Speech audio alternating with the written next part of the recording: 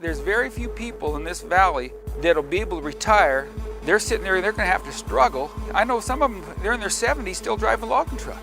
If we don't manage at all, we're seeing increased wildfires. If we manage too heavily, we're seeing degradation of wildlife habitats and boom-bust economies. People were hungry for a different model of ownership that really recognized their role in managing and experiencing or interacting with these lands.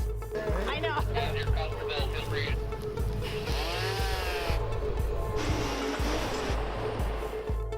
A generation ago, federal policy changes led to the end of a decades-long program of aggressive timber cutting on public forests. Meanwhile, private forest companies increasingly sold their timberlands to distant owners. These changes, combined with a century of fire suppression and heavy timber cutting, left communities and landscapes on the economic and ecological edge. With public agencies and private businesses pulling out of remote rural communities, local citizens across the West launched a movement, a network of community-based organizations working to build a restoration economy, healing the land while putting local people back to work. As these groups have matured, their shared idea has become an effective movement for many struggling rural communities.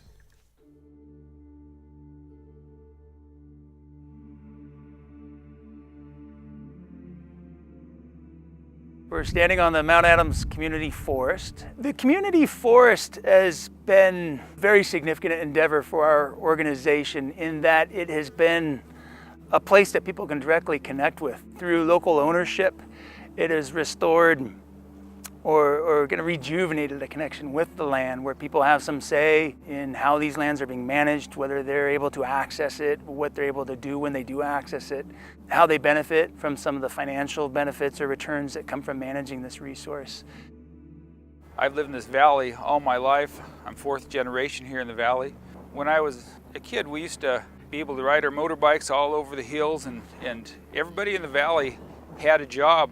And then as time went on, that company sold off, and the next company came and it sold off, and the mill at Klickitat closed, and the lumber company up here, there's no more, those jobs were gone. A group of community members formed Mount Adams Resource Stewards in 2003 under the leadership of Jay McLaughlin, a former school teacher who also trained as a forester. MARS, as the group is called, followed the path of a number of other community-based organizations that have formed in the Northwest in the past 2 decades. It worked to connect local people with new jobs in the forest and develop projects with federal land managers. MARS also saw an opportunity to become part of the local land ownership scene and set its sights on buying commercial timberland that could become a community forest for Glenwood. These communities are historically very culturally tied to the landscape, and so they want to find economic opportunity that continues that relationship with the landscape. It transforms that relationship.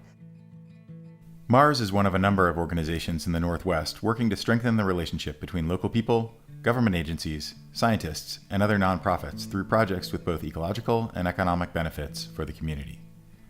It's challenging work that often happens in the background of big initiatives.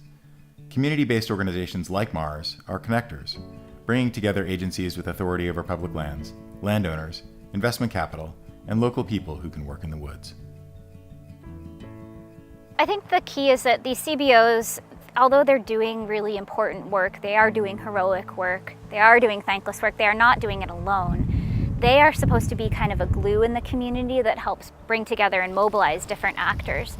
So although they're doing a lot of the heavy lifting themselves, I think the key is when they're able to catalyze all their local partners and leverage that collective strength. That's what I think makes it work.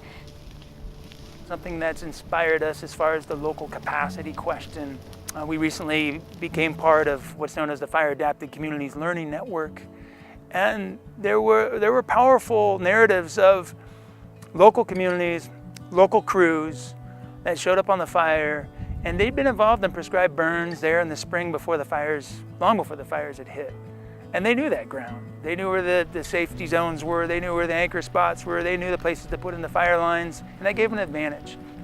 And I think that really underscores the value of local communities being more fully engaged in natural resource management, whether it's fire or whether it's so many of the other things that we could talk about.